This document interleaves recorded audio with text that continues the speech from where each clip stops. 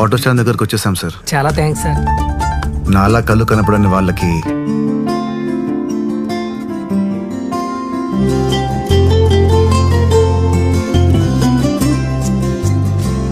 Partner inti address. Oke? Okay sir. Assalamualaikum guys, oke kembali lagi bersama Draft Movie Review. Piye kabar Ire? Terima kasih buat para penonton setia Draft Movie dimanapun kalian berada. Semoga kalian semua selalu sehat ya. Kali ini Draft Movie sudah merangkum sebuah film yang berjudul Mistro. Bagaimana keseruan filmnya? Dan nggak perlu banyak basa-basi lagi, ini dia alur ceritanya.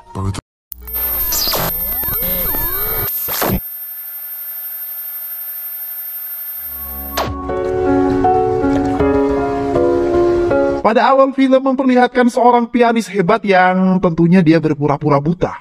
Pianis tersebut bernama Arun. Ia sengaja berpura-pura buta karena ia ingin meningkatkan kemampuan bermain pianonya dengan melatih kefokusan. Namun pada saat ia sedang bermain, pianonya tersebut rusak dan hal itu mengharuskan dia untuk keluar dan mencari piano baru. Karena beberapa bulan lagi ia akan mengikuti lomba piano. 25-30. Okay. Nice. Sir, చెప్తున్న వాటినే మారుద్దాం అనుకుంటున్నాను. Dalam beberapa saat akhirnya, dia sampai di toko alat musik, akan tetapi stok piano di toko tersebut habis. Lalu Arun kemudian meminta kepada pemilik toko untuk memberitahunya jika stok piano baru datang. Di sisi lain, ia terdapat sepasang suami istri yang sedang mendatangi sebuah acara pembukaan donor organ tubuh. Pasangan suami istri itu adalah Mohan dan Simran. Mereka sengaja mendatangi acara tersebut karena berniat untuk mendonorkan organnya nanti kepada siapapun yang membutuhkan. Setelah acara selesai, Mohan dan Simran kemudian pulang di sana. Mohan kemudian merekam istrinya yang sedang memasak. Namun secara tiba-tiba, istrinya tersebut marah tanpa alasan yang jelas. Mohan yang tak mengerti dengan istrinya sangat kebingungan. Namun Simran yang melihat ekspresi Mohan langsung tertawa sembari menjelaskan bahwa itu hanyalah akting karena ia ingin mengikuti lomba akting di televisi. Kemudian Sim beralih pada Arun yang telah mendapatkan tawaran piano bekas dari seorang wanita bernama Sophie. Wanita tersebut membawa Arun ke restoran milik keluarganya. Di sana Sophie menjelaskan alasan ia menjual properti di restoran tersebut karena restoran milik keluarganya sekarang sudah sepi pengunjung. Pada saat Arun mencoba memainkan piano, tiba-tiba ayah Sophie datang dan terkesan dengan keahliannya si Arun tersebut. Ayahnya juga mengatakan kepada Arun bahwa ia akan menjual piano tersebut dengan harga 80 juta. Namun Arun tidak mempunyai uang sebanyak itu. Kemudian Arun menyarankan kepada ayah Sophie untuk membiarkannya berlatih piano di sana, sembari menghibur para pelanggan di restoran tersebut. Ayah Sophie pun kemudian setuju. Setelah selesai, Arun pulang diantar oleh Sophie. Di perjalanan, Sophie menanyakan hal apa yang menyebabkan dia buta. Arun menjelaskan dulu matanya terkena sebuah bola kriket yang merusak optiknya pada saat ia berumur 14 tahun. Complete చేయాలా? అదేంటి బానే ఉంది కదా? Kemudian setelah sampai di rumah, Arun melepas lensa di matanya dan melihat Sophie yang hendak pergi. Namun kejadian itu dilihat oleh Tinku yang membuat ia semakin curiga terhadap Arun. Pada keesokan harinya saat Arun mulai bekerja untuk memainkan piano di restoran keluarga Sophie, ia sengaja tidak menggunakan lensa karena Arun ingin melihat kecantikan Sophie. Namun Sophie yang melihat mata Arun seperti normal menanyakan hal tersebut. Akan tetapi Arun terus berusaha meyakinkan Sophie bahwa ia benar-benar buta.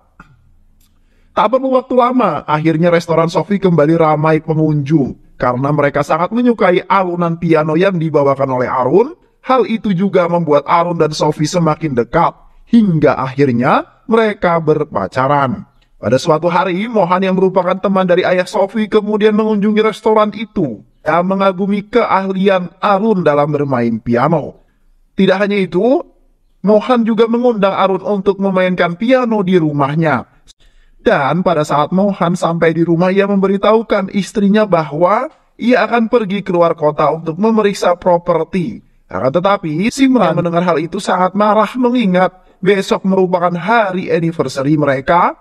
Mohan pun kemudian langsung menjelaskan bahwa dia akan pergi pagi dan sampai pada malam hari. Jadi mereka masih bisa merayakan hari anniversary tanpa Simran sadari bahwa Mohan telah menyiapkan sebuah kejutan untuknya. Pada keesokan harinya, Arun pun datang ke apartemen Mohan. Lalu keluarlah Simran, istri dari Mohan. Awalnya, Simran tidak mengizinkan Arun masuk ke rumahnya karena suaminya sedang tidak berada di rumah. Tetapi, Arun bersikukuh untuk masuk ke dalam karena Mohan sudah membayarnya. Dan yakin kalau Mohan sudah siap memberi istrinya kejutan. Saat di dalam, Arun terkesan dengan piano milik Mohan karena sangat berkelas. Simran lalu memastikan kalau Arun benar-benar buta dengan bertanya kepadanya dan mempersilahkan Arun untuk bermain sebuah lagu. Lalu ia berpura-pura meminta izin ke toilet, namun Arun malah dikejutkan dengan pemandangan yang ada di depannya. Di situ Arun melihat tubuh Mohan yang tergeletak kaku bersimbah darah. Namun di dalam toilet Arun tidak sendirian. Di sana ada seorang pria yang sedang bersembunyi sambil memegang sebuah pistol. Arun berusaha tidak panik agar dirinya tidak dicurigai. Setelah itu Arun pun kembali ke ruang tamu dan kembali memainkan piano. Arun masih berakting seolah-olah dirinya tak melihat apapun saat Simran dan selingkuhannya sedang membersihkan mayat Mohan yang kemudian dimasukkan ke dalam koper. Ia juga berakting agar Arun percaya kalau Mohan ada di sana. Lalu ia juga berakting seolah-olah Mohan memiliki kepentingan mendadak yang membuatnya harus pergi. Lalu Arun pun memainkan lagu yang sedikit sedih. Simran juga sepertinya terbawa suasana, lalu menangis tanpa suara. Lalu Arun didatangi seorang wanita dan melihat tato di tangan wanita itu. Si wanita kemudian membantu Arun mencarikan sebuah bajai untuknya. Lalu ia pun pergi menuju ke kantor polisi dan berniat ingin membuat laporan pembunuhan. Namun tiba-tiba pria selingkuhan Simran ada di tempat itu yang ternyata pria itu seorang anggota kepolisian. Merasa dirinya dalam bahaya, ia pun membuat alasan kalau yang terbunuh adalah kucingnya yang bernama Rani. Bobby yang merupakan si tersangka pembunuh Mohan. Lalu menanggapi kasus Arun dan mulai curiga terhadap Arun. Keduanya pun tiba di rumah Arun. Bobby berusaha menguji Arun apakah dia benar-benar buta atau hanya sekedar tipuan saja.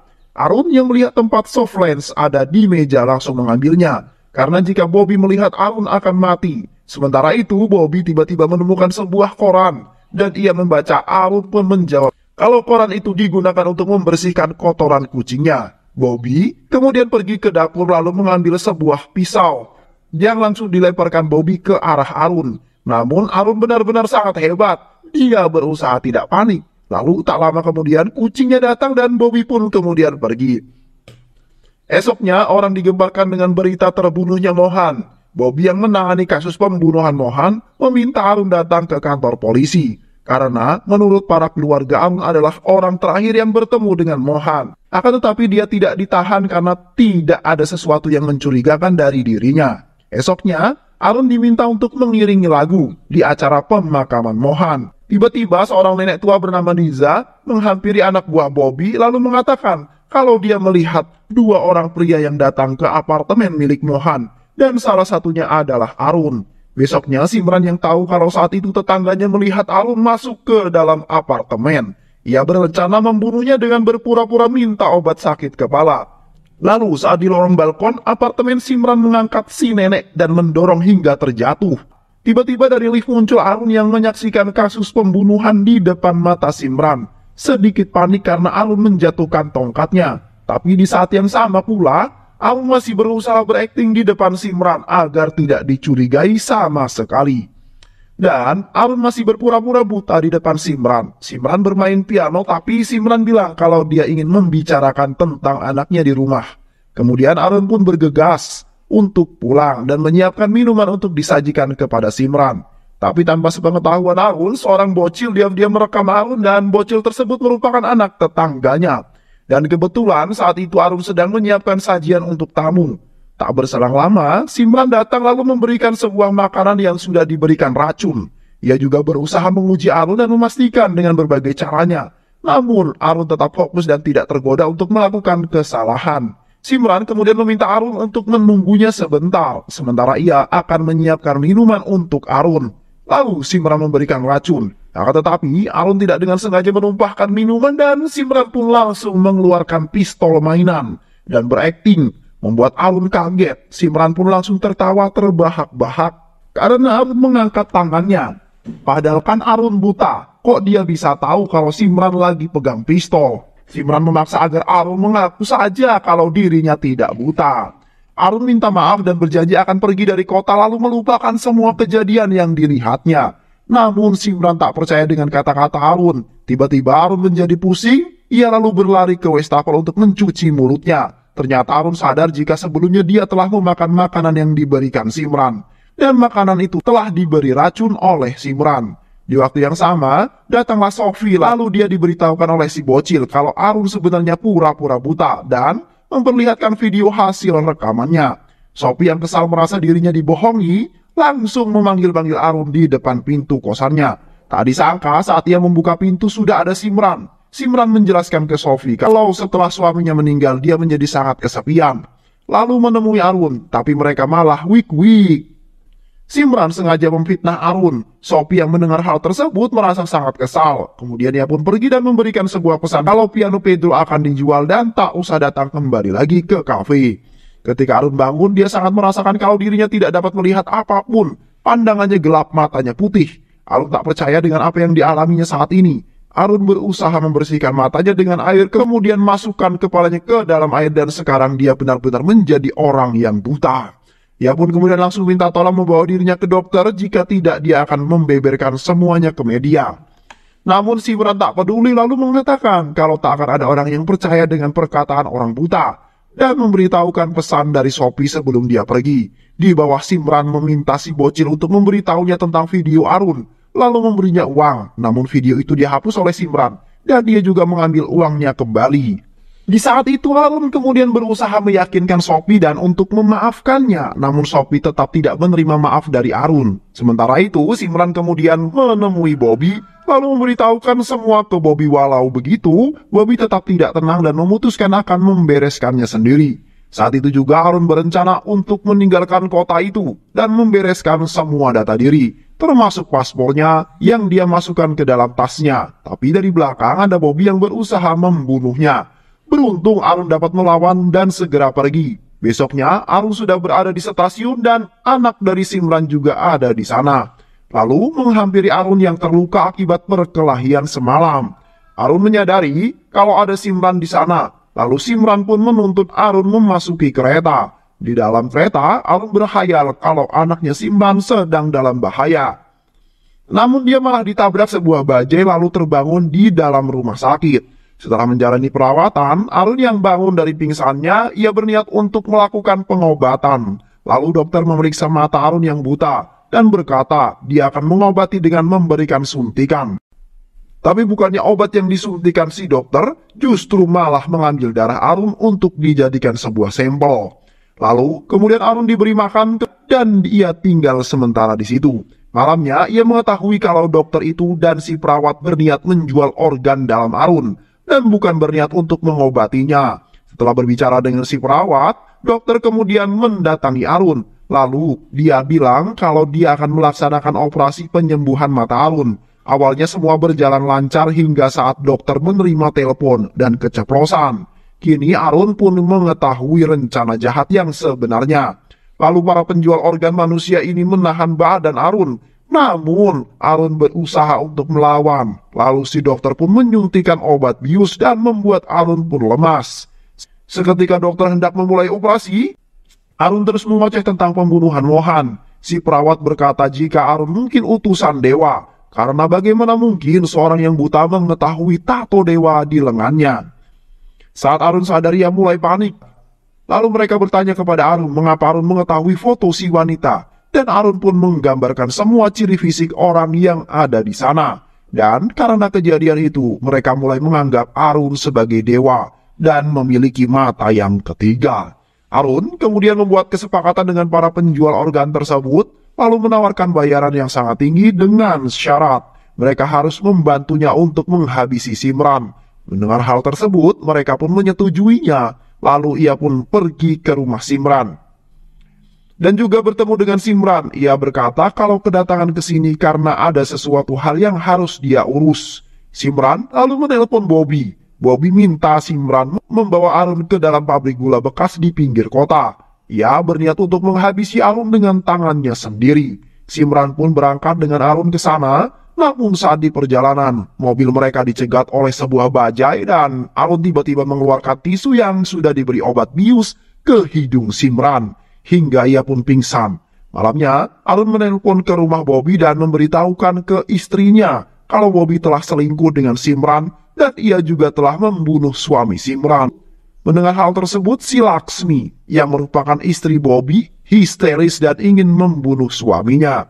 Namun, Bobby coba menenangkan istrinya tersebut. Tak lama kemudian, Bobby mendapatkan kabar kalau mobil Simran ditemukan dalam keadaan kosong dan dinyatakan bunuh diri. Tapi itu hanya diketahui oleh media. Di sisi lain, Arun sebenarnya minta Bobby memberikan uang 1 crore jika ingin menyelamatkan Simran. Di suatu hari, Arun malah dijebak dan diikat oleh perawat dan supir bajai. Sebagai jaminan kalau Arun tidak akan kemana-mana dan mereka akan melepaskan Arun jika sudah mendapatkan 1 crore. Kebetulan Arun dan Simran dikurung di satu ruangan yang sama.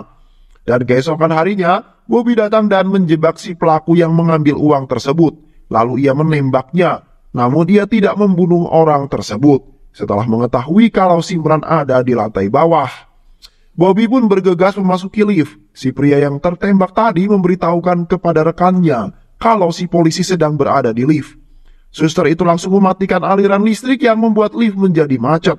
Dan Bobby terperangkap di dalamnya. Bobby mencoba menembakkan pistol ke arah pintu lift, tapi malah buat peluru tersebut memantul dan mengenai dirinya. Di lain tempat, Arun dan Simran bekerja sama untuk saling melepaskan ikatan di tangan mereka. Si perawat dan si tukang baja yang bernama Murali pergi ke rumah sakit untuk mengobati luka tembakan dari Bobby.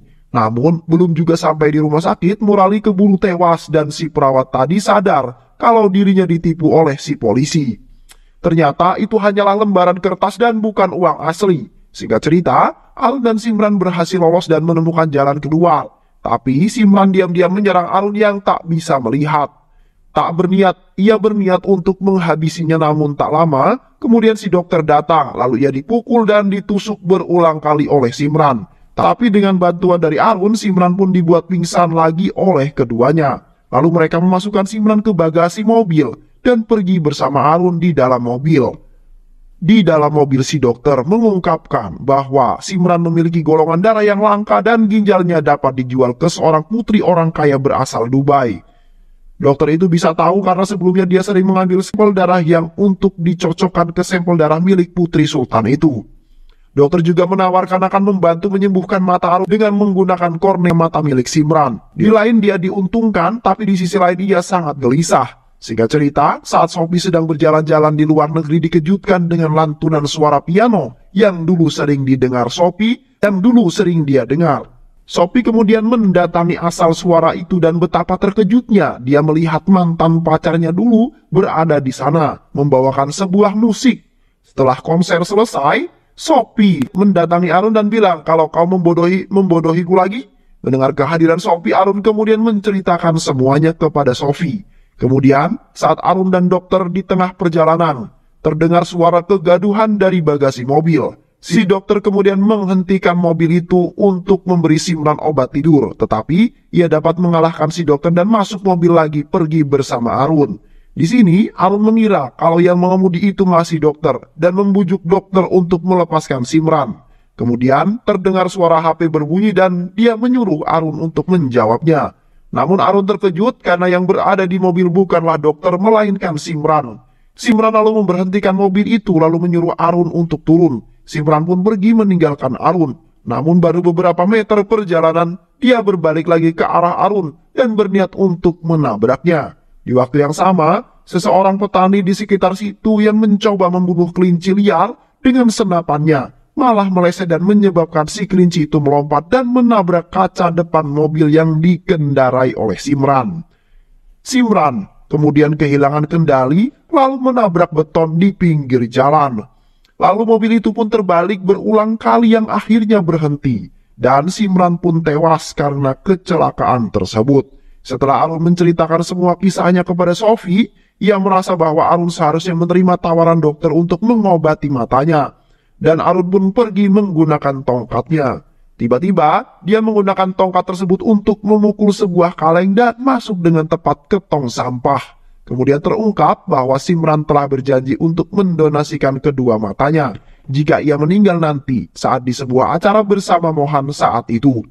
Dan film pun selesai. Terima kasih udah nonton video ini sampai akhir. Semoga kalian semua terhibur. Jangan lupa subscribe, like, comment, and share ya. Pisang habis dimakan kunti. Kunti dilepas banyak maunya. Salam undur diri dari Draft Movie. Dan terima kasih buat penonton semuanya. Draft Movie pamit. Sehat selalu. Wassalamualaikum warahmatullahi wabarakatuh.